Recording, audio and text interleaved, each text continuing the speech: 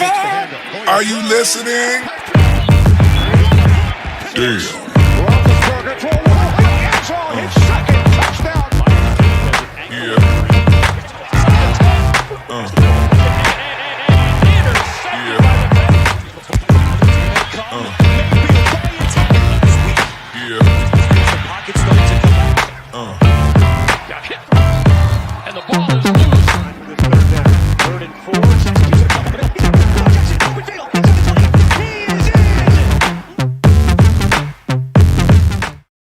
Welcome to another edition of the AFC North Talk, a lighter version. If we are not dicey. Two things, guys. Tony had to excuse himself because he is currently dealing with medical. He said that he hopes to be here. He's currently in the doctor. So shout out to our guy Tony. He's probably listening on his way to the doctor. Get better, brother. And then Q couldn't come today. He said to us that he was not be able to come today, but it's he sent something that we're gonna be playing soon. But look, the two teams that lost, we're here. We're here. We are here. I guess nobody's on the bottom this week. Yes, nobody's in the bottom. Nobody. By the way, you guys are second still, right? I believe so. Yeah, we're still in second place. First and second team here. First and second team. That's what matters. At the end of the day, that's what matters. Again here, again there. Whatever. Who wins the division? Anyway, we're gonna start with this. We're gonna start with what Q sent. We haven't seen it. Every time one of us sends a video, we don't see it because we want to react to live with you guys. So it's gonna be fun. Remember, super chats are available. In case you want to have questions, we are gonna talk about both games.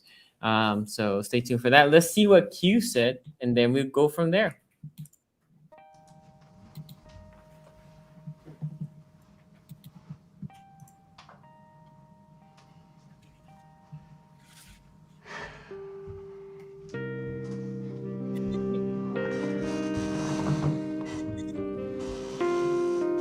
December 8th, 2021. My search to figure out what the hell is going on with the AFC North continues. I find very little answers. The Browns are on bye, so the most mysterious, enigmatic, and frustrating team of the division is not here to spread their current brand of frustration. But what I observed during this bye week was interesting. It seemed as if the frustration that the Browns left in their bye week, all three AFC North teams picked up. The Cincinnati Bengals, with another confusing performance after two performances that would have made you think that all things were right with Cincinnati, that they had righted the ships after those weird losses versus the Jets and the Cleveland Browns. But now after this loss to a middling Chargers team, they are left there, much like the rest of the division, wondering what's their future. Is their franchise quarterback playing at a franchise level? Is he turning the ball over too much? Is his offense turning the ball over too much? Are they too young to win right now? Questions that I thought were answered about the Bengals are now cases that are being reopened. And then there is the curious case of the Baltimore Ravens and the Pittsburgh Steelers. Now, Pittsburgh is much less of a mystery. Flashes of brilliance, but overall, lack of offense. Defense isn't that great anymore. We kind of know what the book is on them. They're a good enough team to be very frustrating to watch and very frustrating to play against. But they're not a good enough team to get legitimately excited about. So you just kind of end up in between with those Baltimore Ravens. They are an enigma, aren't they? You look at them, Lamar Jackson, Calais Campbell, Marlon Humphrey, all the talent in the world. But they keep running into bad luck, injury after injury. No more Marlon Humphrey. Oh my goodness, it's just awful how fast they go into injury. But yet, despite these injuries, they seem to have the best luck when it comes to in-game, even though their off-the-field luck is awful. Truly something to behold. And I can't talk about mystery. I can't talk about unsolved murders unless I talk about how John Harbaugh completely murdered his chance to win that game on Monday night. Now, was it Monday Night Football? Somebody remind me. I don't know. But he murdered his chance to win that game. I mean, you can tie. You have the momentum. Pittsburgh clearly don't want nothing to do with that overtime, but instead, you run a 2-point conversion and allow Pittsburgh's most important unit to be put in a situation where they could do the one thing that they do well, which is blitz. Well, not blitz, but go after the quarterback. And that's what you put the game on. Not Lamar to just get down the field. Not Justin Tucker to outlast this Pittsburgh offense and kick a field goal from anywhere. You put the farm on a play action rollout play? Why? Just seems so unnecessary. So, as we see all these mysteries in the AFC North, I think we have learned one thing, which is we know nothing about this division. We are as in the dark as I am right now. So, what do we as fans do in these moments? Do we get excited? Do we lose our minds? I don't know. But what I do know is I'm going to disappear into the night and come back when it's time for the Cleveland Browns to play again. Let me say this. This video was excellently produced by Q. Well done. It was well done. I thought it was going to be a troll. I tell Ace, I think this video is a troll. It's not a troll. It's actually very legit. Good. Let me repeat something, Tony, because I saw somebody asked. Tony is on the way to the doctor. He's not feeling well. So again, shout out to our guy Tony. Hopefully he gets better. We're gonna be back tomorrow, also, guys. Q's gonna be back tomorrow with Tony. We'll see. Again, he's not feeling well. Okay. Woo. Oh, we have a super chat, and then with there. Oh, not that. With that, we can. Ace, if you want to suggest, you can read it. Sure. From the Dakota Halcom for $5. Appreciate that, Dakota. He says Ace, Trey Hill, and Isaiah Prince are garbage right now. If Reef and Hopkins play, I feel a W would have happened. Burrow played great, to be honest. Need our line. So this is what I'll respond to that saying. I know, like, if most people did not watch this game and you just simply looked at the box score, if you just simply looked at the numbers, you'd probably say, why is Dakota saying that, Burrow had a great game? I do feel like, and I think there was an analyst that came out, Dan Orlovsky came out, a former quarterback for the Browns, came out after the game and said that Burrow actually outplayed Herbert, which sounds crazy, right? If you're just looking at the box score, that is definitely something that you probably disagree with. But I think that this question is spot on. I mean, we'll get into it later. But Isaiah Prince and the rookie Trey Hill definitely had their impact affected in this game in a negative way. The Bengals ended up giving up 6 sacks. I do think if you did have a healthier line, possibly, yeah, that probably does change it. But does that change some of the things that happened in that game with the turnovers? We can't really say that, right? So I get it that people feel like, Trey Hill as well as Isaiah Prince are an obvious downgrade. But I don't know if it's enough to say that just having those other guys there means that you'd win that game, right? Like if Joe Burrow's pinky doesn't get hit, do they win the game? Like if Mixon doesn't fumble, do they win the game? So, there's a lot of things that you could say there. But I would say, obviously, there's a difference when you don't have those two guys. But I don't think that it would be as easy as saying that you just win the game after that. There's a question again for you, Ace. Yep, Mr. Whisper for $2. Ace, how did Hargraves play in your opinion? I think Vernon Hargraves, if you're basing it off of what he's done historically, which hasn't really been good. I've had friends that are Buccaneers fans. He went to the Texans and wasn't really good there. You look at any metrics or anything, he just hasn't really lived up to the hype. And to be honest, I was actually a big Hargraves guy when he came out because I thought that he had some great technique. Yeah. But I think in this game, similar to Eli Apple, I think that he's been solid for who he is, right? He hasn't given up, or he didn't give up a bunch of plays in that game. So I think that he played solid. He's not like an elite corner or anything, but he didn't do anything where you're like, oh my goodness, this guy is horrible. So I thought that Hargraves actually played pretty solid. Yep. Let me start with this, Ace. I watched the game because it was here, so I was able to watch it live. I didn't have to go back to watch the repeats. Uh, Bengals forgot that the game started at 1. The Bengals forgot that the game started at 1 p.m. I think they thought it was around 2. But when they thought it started, they actually played well. That first quarter, I was like, damn. I was like, damn, this is gonna be a blowout. Now, Bengals fans, I'm gonna tell you, I was excited. Blowout, f yeah, of course I want you guys to lose. And then you guys woke up, played well, really well. And if I actually don't think the O line played horribly, especially with missing 2 guys. It wasn't great, but it wasn't like you missed two starters. And it's usually part right, but Bosa, right? Bosa wasn't there. Yep, Bosa ended Um, up leaving and getting yeah, hurt during the game. early, right? It wasn't Yeah, in pretty early. Yeah, yeah, either first or second quarter. I can't remember exactly, but he left early. So obviously that counters one of your O line because Bosa is their best pass rusher by far. You guys retake the momentum, and I said the Bengals should win this game. And the reason why I said that was West Coast coming to the East Coast at 1 o'clock is usually just metrics wise is usually not good for the West Coast team. It's been like that. The Chargers barely beat Philadelphia, which Philadelphia is not a good team by any metric.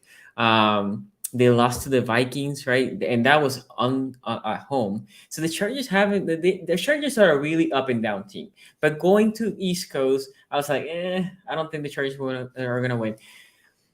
But the fumble, we're gonna talk about that fumble because that fumble was a great play. It didn't even look like he punched it really hard. Almost looked like Mixon wanted to shift that ball, and as he was thinking about it, he just happened to get that ball slapped and a fumble, and the guy scooped it up and scored a touchdown. And after that, Ace, like the momentum shift in the offense looked very frustrated. Almost like instead of like, okay, nothing happened here. We only down. I think by then was a touchdown, maybe 8 points. I don't know. It was. right. It might have been just a touchdown. I I think think it it was was. 8 points at that point. Yeah, Yeah. yeah, Mhm. something like that, right? So you're just there because that was third quarter. But after that, the offense stale. Like the offense was almost like in this shock phase, almost like man, we took all this energy to come back, right? Because again, they started a little slow, but they came all shout out to them. They came all the way back, and the defense clamped down during that time. And that fumble almost took the whole energy out, and they look like, dude, we're just tired at this point. And after that, I didn't see that energy. And then the defense also caught up some of that lack of energy. You know, they start to move the ball back again, like in the first quarter. And you couldn't point to like, oh, it's this guy because it felt like it was a whole team effort. They just went from. It was like they started low, they went to a high, and then went back to a low. And then the interception, obviously with Burrow, but that he's trying to force it there. But again, it's something that Lamar's having this problem. We'll talk about Lamar later, but Burrow also and the end zone. These two young quarterbacks need to understand. You take the 3. Both of these teams have good kicker. Obviously, we talk about Justin Tucker and Nassim, but the Bengals have a good kicker. You take the 3. Not that you were gonna take the 3 in that part because obviously you're losing by I think it was 2 scores in that moment when he threw the pick. But Yep. you can live another down. Let's say you're going for 4th down, right? Right. You don't need so these two quarterbacks specifically, Lamar and Burrow, both are doing that. But right now we're talking about Burrow, so forcing the ball there. But I think again that fumble, it felt like it turned completely because also I would say this: your D line was playing well, which is something that I expected. I said before, I loved how the D line for the Bengals have been playing in another game. Right. I thought they were creating pressure on Herbert. The Chargers are not a good running team. And Eckler, what Eckler does, he has moments. He has Mhm. moments that he spurts one here and there, but for the most part, he's not relevant on the run side. On the passing side is where he makes damage in space and all that. And they kept him in check for the most part. So I thought, the front defense of the Bengals played well. The back end, well, you know what happened. There was a lot of open space. And if you give open space to Herbert will make you pay. So anyway, overall, it almost looked literally, when people say like, oh, the momentum shifted, like literally you can Mhm. almost You felt it all the way from England. Like Right. you felt like that fumble took the air out of the stadium and out of the players. Which again, I was surprised because it's not the fourth quarter. It was early third. It's only one score game. But I don't know. What do you think, man? So for me, I think just looking at this game live and then also just finished a rewatch a few hours ago, I think that I've talked ad nauseum, I feel like this season about some of the things, some of the weaknesses of the Bengals, right? The slow starts, that continued. The one thing that I didn't expect, though, is I kind of previewed this, I believe, back when the Ravens played the Chargers, or maybe it was even the Browns played the Chargers. I talked about how the Chargers don't really score many points in the first quarter. Like coming into this game, the Chargers had scored 34 points in the first quarter on the entire season. Ooh. It's week 13. It's week 13. And you know what they did? This Bengals defense allowed them to come out. So essentially, the first thing, I can't put it all on the defense, right? Because they get a good return on special teams. I actually think low-key, this was a bad special teams performance in terms of spacing and area and returns and stuff like that. They get a great return. They tested them deep. They tested them extremely multiple times deep all the time throughout this game. And they were able to make some plays, right? But I was proud of the first drive by the defense because they made them go for it on fourth down. And I already knew that the Chargers were going to do that. That's how they play this season. They're a team that goes for it on fourth down all the time. So they get that. The next thing you know, it's 16-0, right? I can't completely blame the defense, though, because there was a second drive where Joe Burrow throws the craziest interception that clearly was not his fault, where it should have been a touchdown to Jamar Chase. So when you talk about the point swings, there's a play where Joe throws it to Jamar bobbles it, right? And then ends up giving it to the defender, and that counts as an interception, right? And then the Chargers get that momentum. They get back down. They score again. I think they get a field goal or something like that. But by one point, you know, they're completely up 24-0, right? And this is a team in the Chargers that isn't super consistent in the first half when it comes to scoring. They're just not really a first half team, and they just looked that part in the first because you had Burrow with the fumble, then you had the Chase interception, and you're thinking to yourself again, all right, here we go.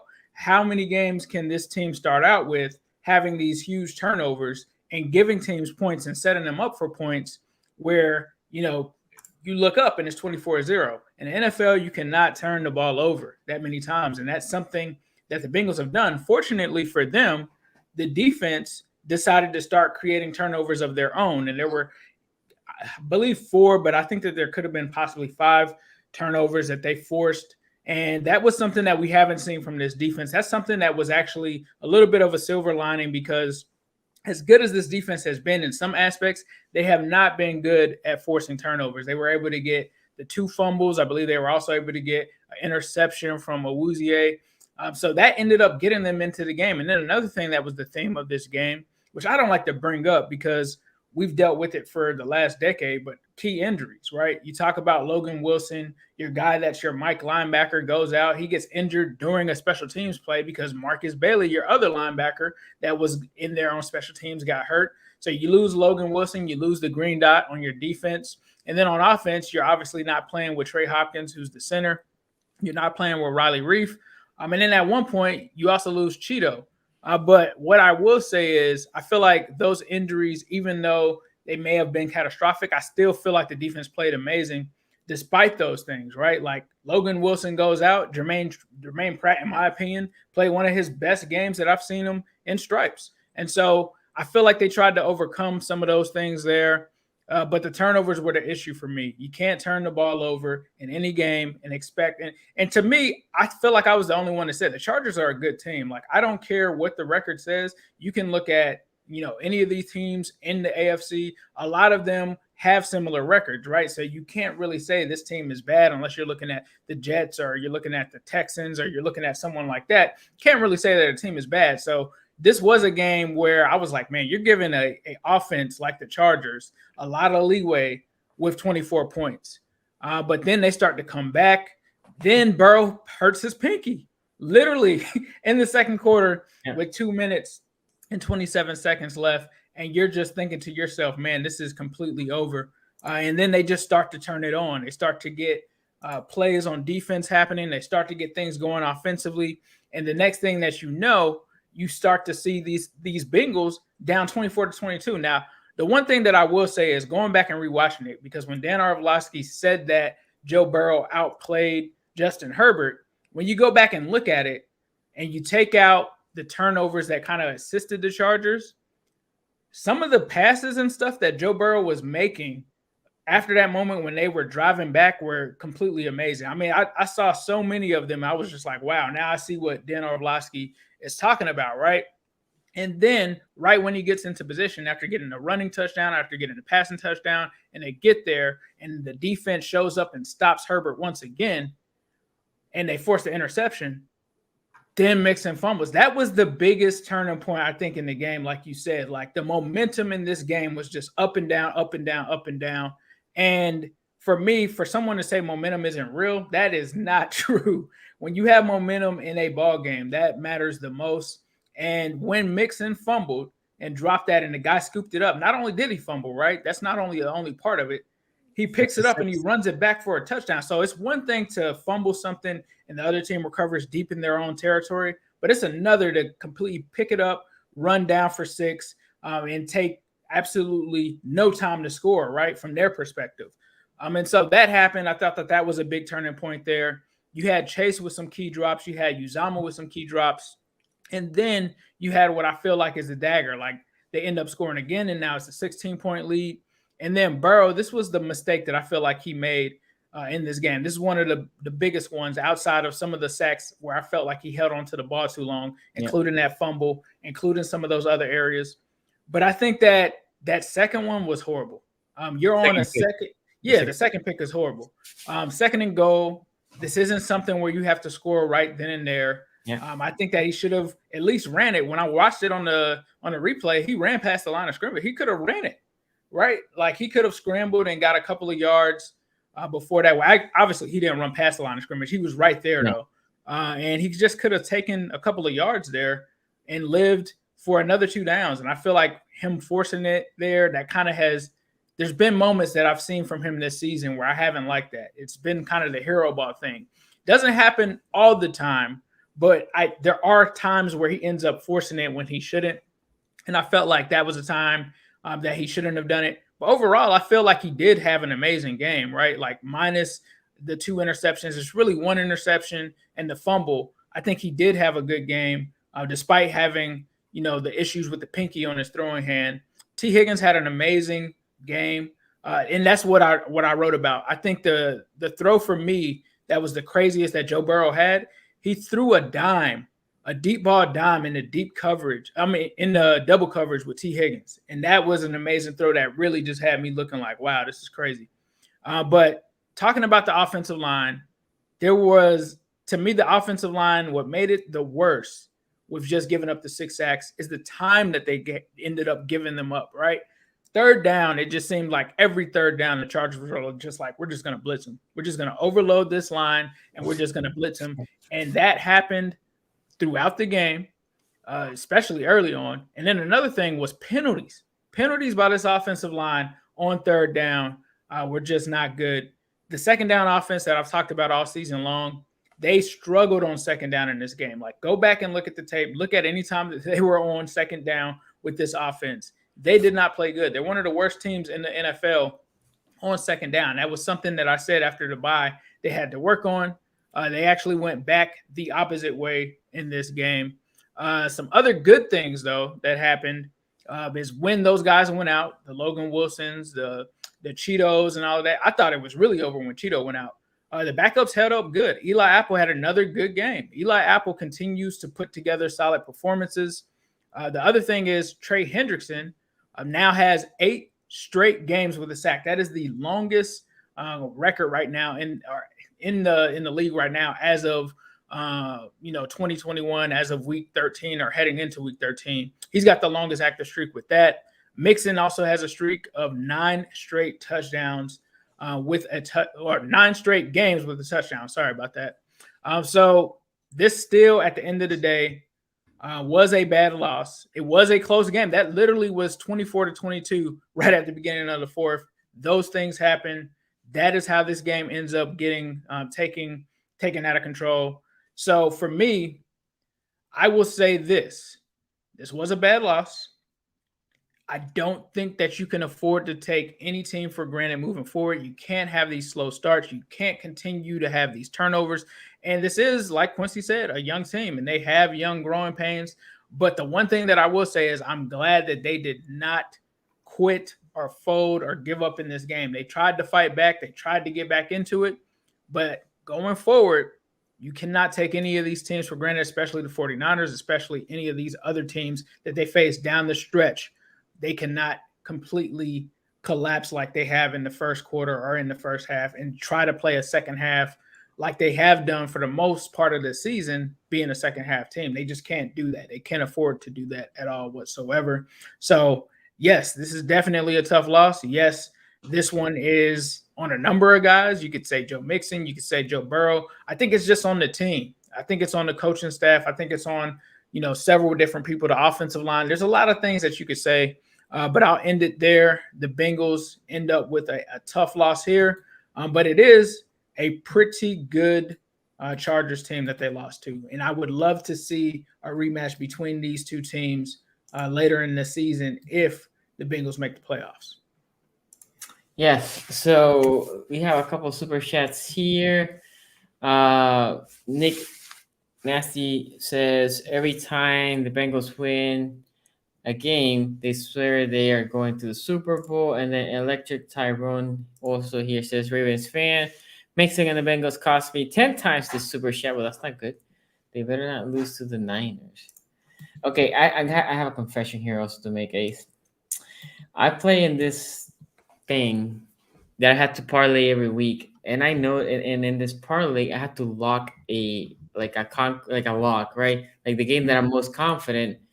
And at the end of the day, they add every time you have a victory, and they don't subtract unless you miss your lock or the game of the week, right? Every time I picked the Bengals, I locked them twice, and they had lost. So goodness! But that's fine. Whatever. This game, I was like, damn, I want the Bengals to lose. You know what I did? I locked them. And they lost. So, goodness. We have another. Oh, we had two more super chats. QB sacks. Ravens defense don't know what that is. We'll talk about them soon. Ravens Nation, shout out to you. Also, thank you for the donation. Sonny, do you think your one James will make an impact? Also, I was at the game. Believe it or not, the Steelers fans were very respectful to me the whole game. But shout out to you. Shout out to the Steelers fan that was respectful. Because when you go to an opposite stadium, you won that, right? And the reality is, as long as you're not an a-hole, should be fine, right? Nobody should feel disrespected. Nobody should feel like you know what I'm saying, right? You should be safe. You should be safe. By the way, I'm trying to figure out the Manscaped app. I'm not gonna deal with this. Ace, we'll do it tomorrow. What I'll tell you is we have a Patreon now. AFC North /Patreon. I'm sorry, patreon.com/AFC North Talk. Go join us. We're gonna be putting extra content there. One of the things that I'm thinking is we might be in some of the videos that we do there live. We might be taking phone calls for the people that are watching. We're just putting extra content. Nothing in this channel will change. It's all for you guys. It's just extra content. Sometimes it's gonna be the four of us. Sometimes it's one of us. Sometimes it's 2, 3. It's just extra content. If you wanna just sponsor us a little bit better, we're gonna tweet the link soon. Just AFC North Talk. Look at it in Patreon. It will be awesome if you guys will help us out.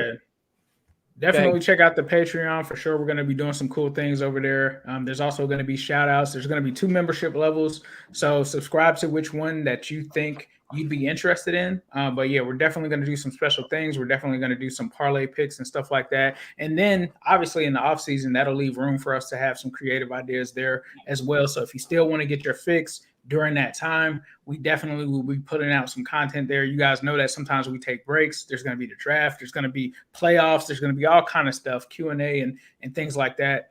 So we don't want to overcommit to what exactly we're doing, but trust and believe there's going to be a lot of content available for you guys that you will get into addition of what you guys already get from the AFC North Talk YouTube channel. So definitely hit that up, and definitely look forward to getting some of those shout outs and stuff going on the show. I forgot to answer some the question, Raven Nation, about Juwan James. No, I don't think he's gonna make an impact. He's not been in the league for basically 2 years. You put him there, will he be better than when you showed up against the Steelers? He's maybe. So is he coming back this season? It looks like it. This is the problem. He didn't play really last year, right? I think he didn't play at all last year. And the year before, he was injured a lot.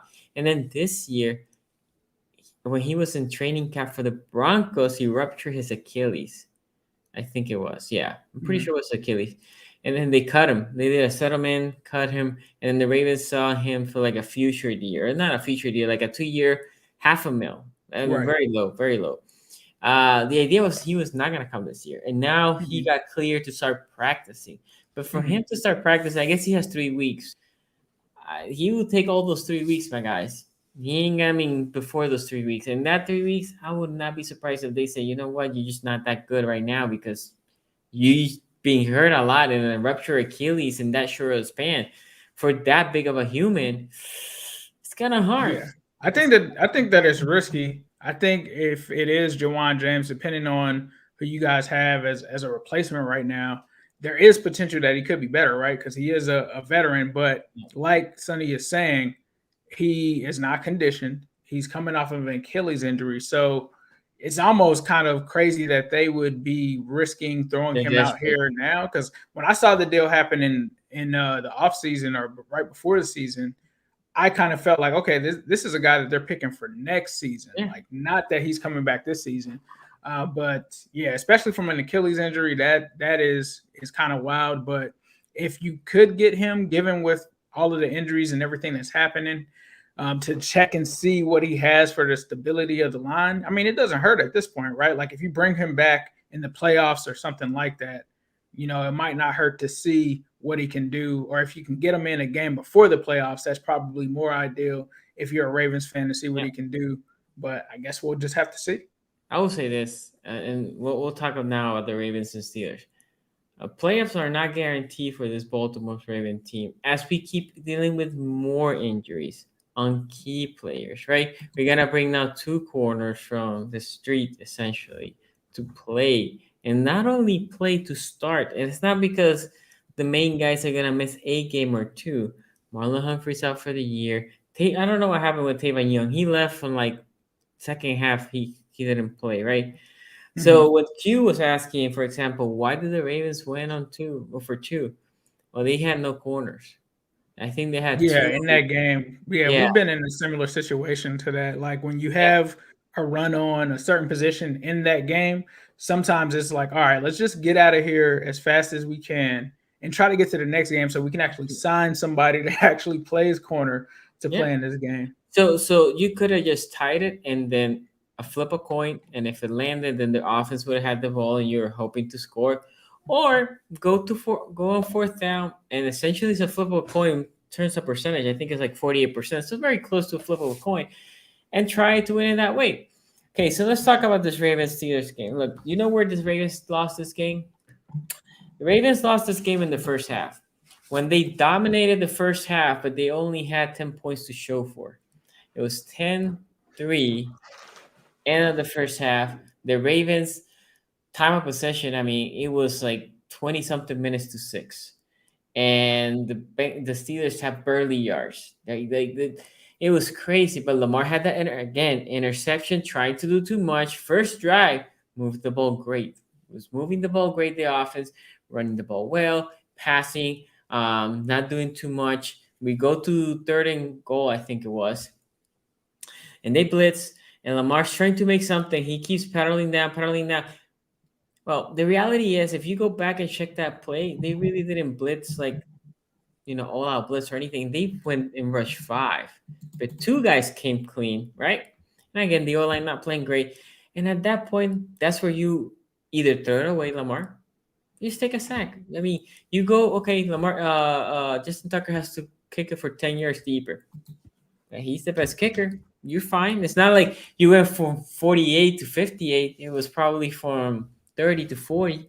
Very makeable for him. So obviously that cost you 3. Then if they had another drive, the stalls, and then another drive, field goal, and then one that was the best drive in the game, 99 yards for a touchdown. Right? But I tweeted before the end of the half, like this game should be like 21-0, right? Or at least more points. You just letting them. This is the story of the Ravens. You let them linger. If you say did the Steelers did something great, no. The Steelers in the second half eventually start producing plays, and as we have mentioned before, the Ravens are prone to allow big plays. And there was the one play, the touchdown pass to Deontay Johnson. The corners there was a miscommunication. One thought they were passing the receivers. The other thought, no, we're just following the receivers. So obviously one of the receivers was wide open, was DeAndre Johnson, and boom, touchdown. And then they went for 2, I think, or no, there was another touchdown. There was a miscommunication in the secondary for the times that the Steelers score. The run defense was fairly good. I'm sorry, but the run defense for the Ravens has been good, and the run offense for the Steelers, we know what that is. This game, if you're a Ravens fan, you're super frustrated, right? There's no sugarcoating this. You're really frustrated because is it a bad loss? Well, losing against somebody in the division is a hard game. It was a road game. Okay, so those are 2 negative. But like if you think you're that team, right? Which you ask Ravens fans, they're very down on the Ravens. You shouldn't lose this game because Steelers ain't that good. They're not that good. Steelers are an average team. Sorry, Steelers fan, they're here. But the Steelers team is an average team. An average team can beat you, right? They're not trash. So they're not. I'm not talking about a team that they cannot beat anybody. But if the Ravens had that aspiration, they should have won the game. And again, the reality is you lost this game in the first half when you didn't produce enough points to put that padding, right? And in the second half, the defense started softening up. The defense started giving up the big plays that think they're 31st or 32nd against the pass, and it's not going to get better. And to be fair, it's going to be very hard for this Ravens team to win maybe any more games. When you talk about your cornerback 4 and 5 are going to be your starting corner 1 and 2. Somebody that was not in the 53-man roster is going to be starting for now to the rest of the year, right? And you have a lot of hard games to go. And then the O-line, right tackle left again. And when the backup right tackle, which is, I don't know how many iterations of right tackle we have played this year, he was getting manhandled by T.J. Watt. Now, you don't see a T.J. Watt like every week of a player, but ain't pretty. This O-line is not holding up well. So, and let's talk about the biggest one. Lamar Jackson. Lamar Jackson playing great. Lamar Jackson's not playing great. The problem is with Lamar Jackson, as I went and watched some of this film back, he knows they're blitzing. And what he is attempting to do is they're blitzing. I think I can throw it far enough that my receiver can go get the ball. And that could be true, but they're playing you. What I start seeing is they're playing you one high, single high safety. And they're particularly rolling to Hollywood Brown, which is the one that Lamar likes to throw it to.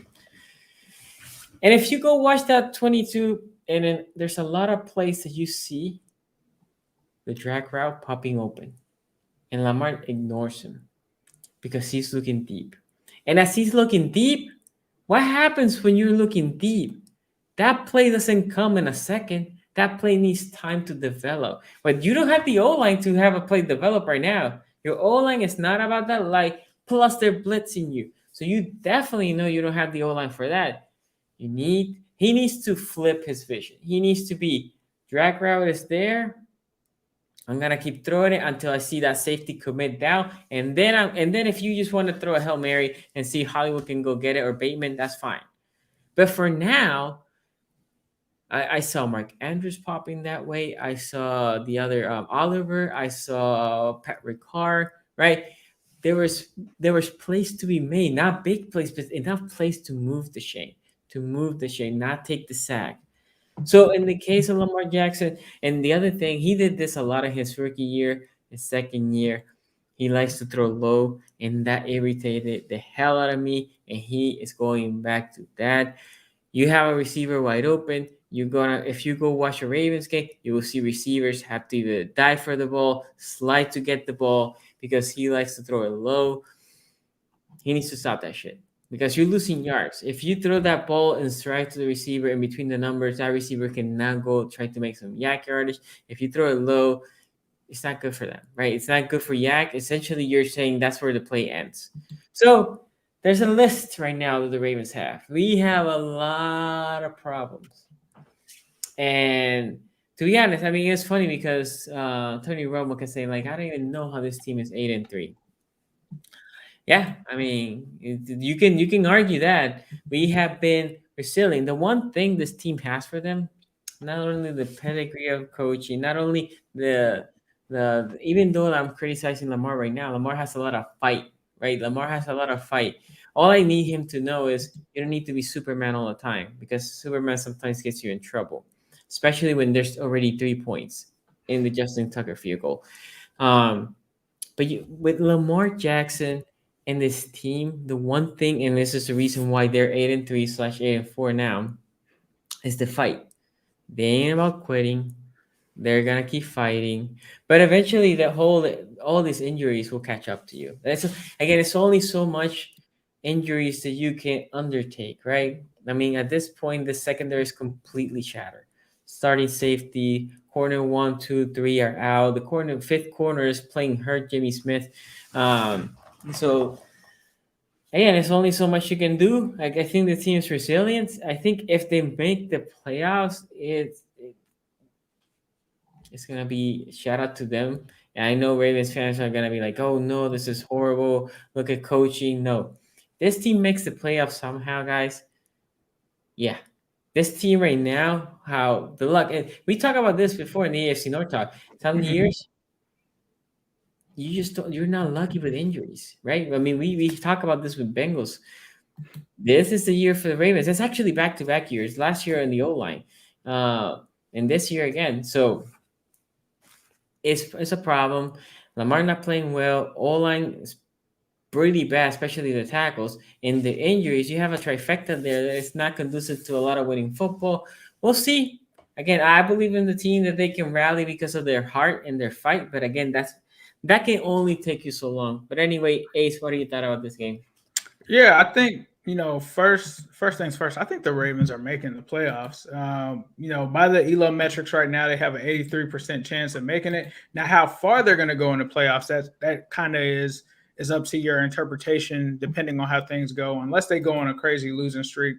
But I think that when you look at this game, this is one that I kind of was worried about for them just because of the matchups, right? Like these teams were on opposite sides of the spectrum in terms of their strengths and weaknesses. When you talk about that, like a great Ravens team that's great at stopping the run, right? But the Steelers don't really run. That's not really what they do. And then, the Ravens pass defense that's been struggling this season with a Steelers offense or a Steelers passing attack, which that's kind of what they do, right? So starting this game off, I think that the Ravens came out pretty well, but unfortunately they were sluggish offensively, right? They completely shut the Steelers down in the first half in this game. The Steelers only had the ball for 6 minutes and 30 seconds in the first half, and they only ended up trailing 7-3. That's crazy, right?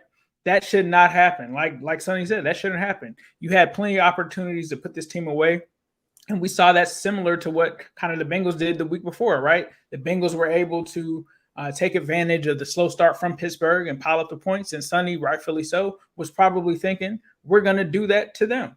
But essentially it didn't happen, and they allowed the Steelers to stay in this game. And one of the things that I also said, too, coming into this game was it was a divisional game, and it was in Pittsburgh, right? Playing on the road is always tough, no matter what team you are, right? It's always going to be something that's tough But the other thing that I looked at as well is you got to look at the history between these two teams as well, right? Like Big Ben has now won his last 7 starts against the Pittsburgh Steelers. I'm going to throw that in there for Tony because I'm pretty sure he would be throwing those kind of curveballs and stuff like that in here. But just honestly, the Ravens offense was completely boring and disappointing. It seemed like they didn't even really have a plan. It was, okay, let's do some dump offs here. Let's let Lamar get some things going. But they really didn't have a plan that revolved around their receivers, particularly in this game.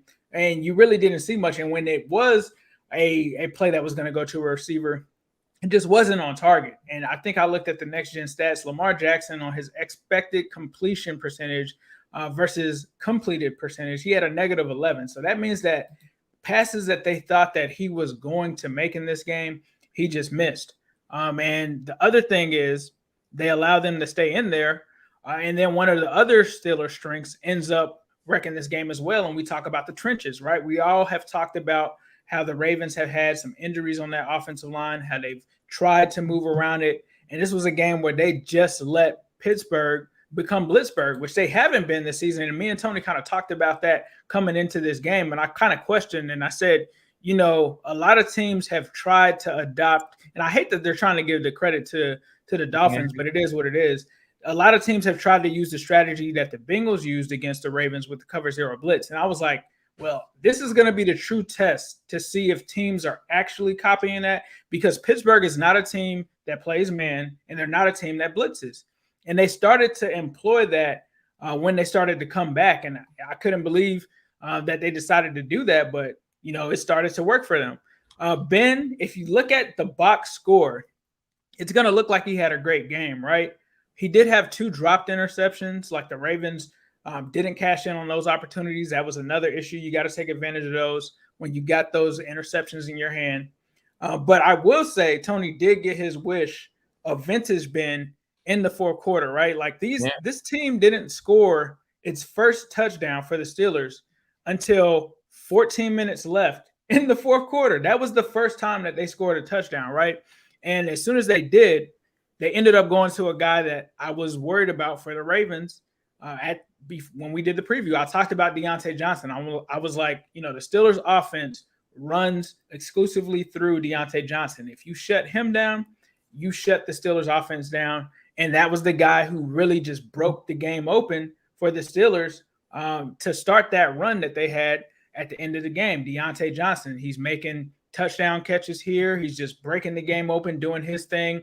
And as Sonny said, and I talk about it every week, when you study this Ravens team, they always give up a semi-deep pass at the wrong moment of the game. And I felt like that was the 30-yard touchdown pass to Deontay Johnson, where, like Sonny said, seemed to be some kind of miscommunication there for that to happen. But the one thing that I will say is this. They do have some pretty bad luck when it comes to injuries and stuff like that. But I still think that this Ravens team usually finds a way to win. And I feel like a lot of people are wrongfully criticizing John Harbaugh in that situation, because when I was watching it live, I was like, oh, he's going to go for it and go for the win. Because number one, you're on the road. Number two, the momentum was clearly favoring Pittsburgh at that point, right? Up until that point, Pittsburgh had gotten extremely hot, scored 2 straight touchdowns. The last thing that you want to do is take a game like that on the road with the injuries that you have into overtime. I don't think that was the wrong call there by any stretch. I think if it was Andy Reid, he would have done the same thing. If it was Bill Belichick, he would have done the same thing. So going for the 2 there, I don't see why people felt like, you know, that was just so outrageous. Like, yes, you have Justin Tucker. It's one thing if it was a field goal that he was passing on. It was an extra point, though. So, like, I get where Harbaugh was coming from there, going for the 2 and going for the win, because he just felt like, you know, given those conditions, given the way that the game was going, it seemed like Pittsburgh was going to come out of there with a win. Now, honestly, when it happened, I thought that this game was going to overtime. I felt I'm not going to overtime. I felt like the Ravens were going to win the game, right? And then it just seemed like, and I said it on Twitter, it seemed like that luck ran out. And when I say luck, that doesn't mean that the Ravens aren't a good team, but there's been some instances where we've seen the ball kind of bounce their way or go their way in other games at the end of games in crucial moments, right? You talk about the game in Chicago where Sammy Watkins ends up being open and gets, that deep ball completion, right? You see the Lions game where the ref doesn't call the delay of game, right? So that bounces in their direction. This was the game where the luck ran out because it seemed like it could have been an easy completion that they probably make all the time, right? With Mark Andrews. And it just seemed to be a couple of inches out for him to drop it. And that's what I talk about when I talk about the luck. They just didn't have things bounce back in their favor in that game. But this is a tough one. I'm not going to say that I didn't see it coming for this one. The Ravens are going to have to bounce back in the next game against the Steelers. They're going to have to learn from these mistakes. They're going to have to get more clever offensively. The one thing that I will say in this game is that I said it a while ago, and it was in a game where the guy only had 15 yards. But honestly, I think Devonta Freeman is the best running back for the Ravens. Latavius Murray definitely had his things where he did some things in the passing game. But Devonta Freeman, one thing that's being overlooked, I think, in this game is that he had a hell of a game. And I think that he has some pretty good chemistry with Lamar. Lamar, like I said, not the best game. Also had a dropped interception on his side as well. But I think you just got to bounce back and do what you can. It obviously is a tough road ahead. But I do think that the Ravens, right now, as we look at it, they have an 83% chance to make the playoffs. The injuries are one thing. And, I've been a Bengals fan. I understand the injuries. But looking at the injuries just specifically, there's other teams in this conference that also are pretty injured as well. You talk about the Tennessee Titans.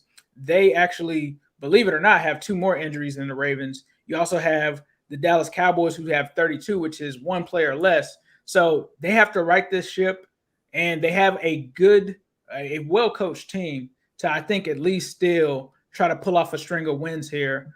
But they can't do it with the lethargic starts and the lapses that they have defensively late. Now that's going to be tough, right? Because now you add Marlon Humphrey to that mix.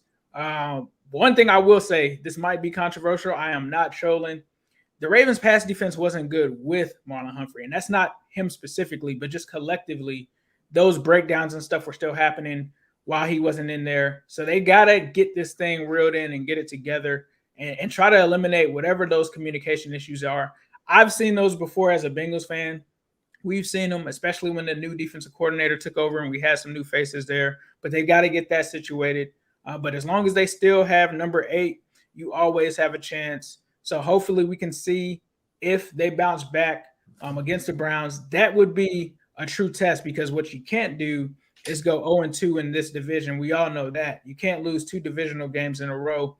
So we'll see what they do. And hopefully this is something that wakes them up. I think the Steelers needed this game much more. They were hungrier for it more. And I said that on the last show. I said, if the Steelers don't get up for this game, then they're done. They're completely done. But this is typical Steelers, Ravens, a close game throughout for the most part. And it just ended up tilting in the Steelers' favor this way. Yeah, for sure. Look, this is a Ravens team that they need to figure it out. They have questions on both sides, and the O-line won't get better. It just won't. Juwan James is not gonna be saving this O-line. If he comes, it would be cool if he comes for like the last 2 games if he's healthy enough, so he can even get some experience. Again, I'm trying to figure out how can the Ravens win the last couple of games, because they have a tough schedule coming up. Right, they have Bengals, Packers, Rams, and then actually the 2 easiest ones record-wise are the Steelers and the Browns. One of the Browns on the road, so that's not gonna be easy, and the Steelers at home. So that's obviously we lost them, so that's not gonna be an easy game, but at least it's at home. It's gonna be interesting. We have here a super chat. Shout out to you, Chase Brown. Thank you for the donation. Ravens need to make plays like they did with the Freeman on the fake end around.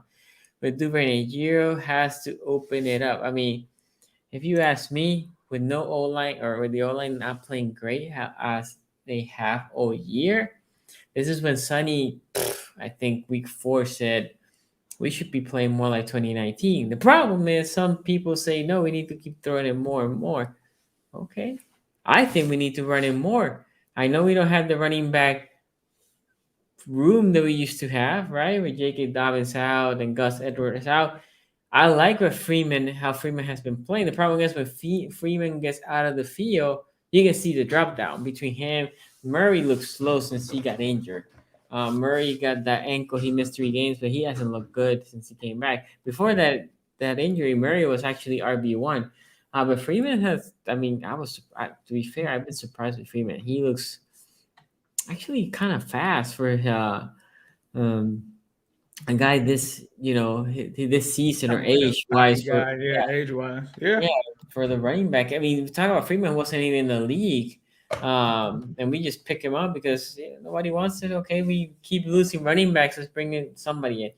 Anyway, it's gonna be interesting, guys. But remember, we're coming back tomorrow. With another edition of the AFC North Talk. We're gonna be talking about previewing the Steelers game, right? Because it's tomorrow. The Bengals, the Ravens, and the Browns. Browns, obviously the AFC North showdown, and then the Bengals getting another West Coast team coming in. Anyway, guys, thank you for joining us. We appreciate everybody that's here. If you're watching the replay, please give it a like. And if you haven't subscribe and put comments. Let us know what you think. We like to read those comments. Thank you, everybody that's coming. We'll see you back tomorrow here. See you, guys.